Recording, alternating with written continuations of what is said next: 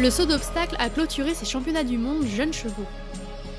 Une dernière étape éprouvante pour ces chevaux après 2 jours de compétition intensive sportivement, mais aussi émotionnellement. Pour accéder au podium, il fallait être solide. Face à un public venu nombreux, tous les concurrents ont offert un spectacle riche en suspense. Chez les 6 ans, 5e à l'issue du cross, Thomas Carlile réalise le sans faute et met la pression sur ses adversaires.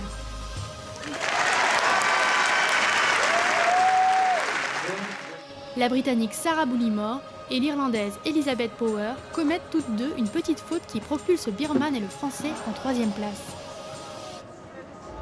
L'Australien Paul Tapner et son cheval Bob Chaplin sont bien au-dessus des barres et conservent leur 2e place. En réalisant la compétition parfaite, la Britannique Izzy Taylor devient championne du monde des 6 ans avec Mankind Around. Yeah, it was fantastic. C'était fantastique. J'avais de grands espoirs pour lui en venant ici. Mais avec les 6 ans, on ne sait jamais comment ils vont réagir avec l'énorme ambiance du Lyon. Mais sur les 3 épreuves, il a été brillant.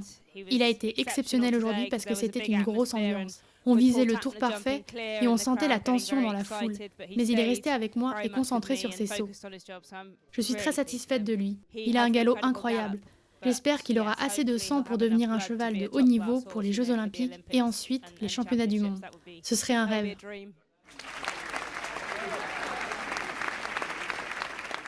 L'épreuve des 7 ans a été très sélective.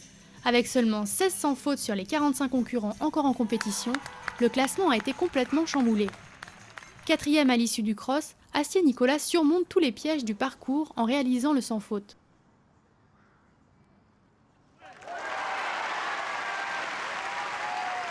N'ayant plus les cartes en main, il ne peut qu'attendre le passage de ses adversaires.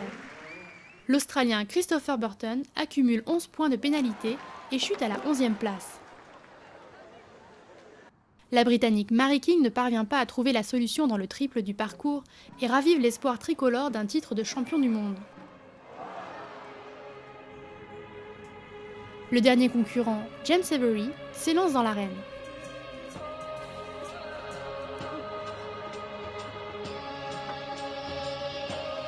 Son cheval ne vacille pas et en fin de parcours,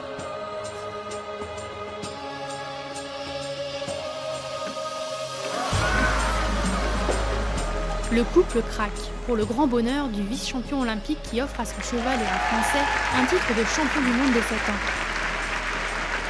Pour Marie-Christine qui est là, qui est toute guette, ça c'est sûr que...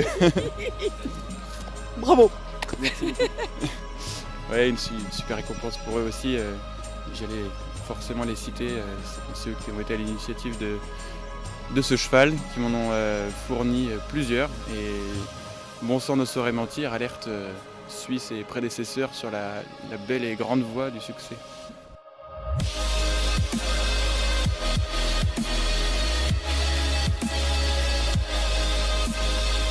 En 2e position, on retrouve Izzy Taylor avec Direct Casino, qui remonte 7 places dans le classement final.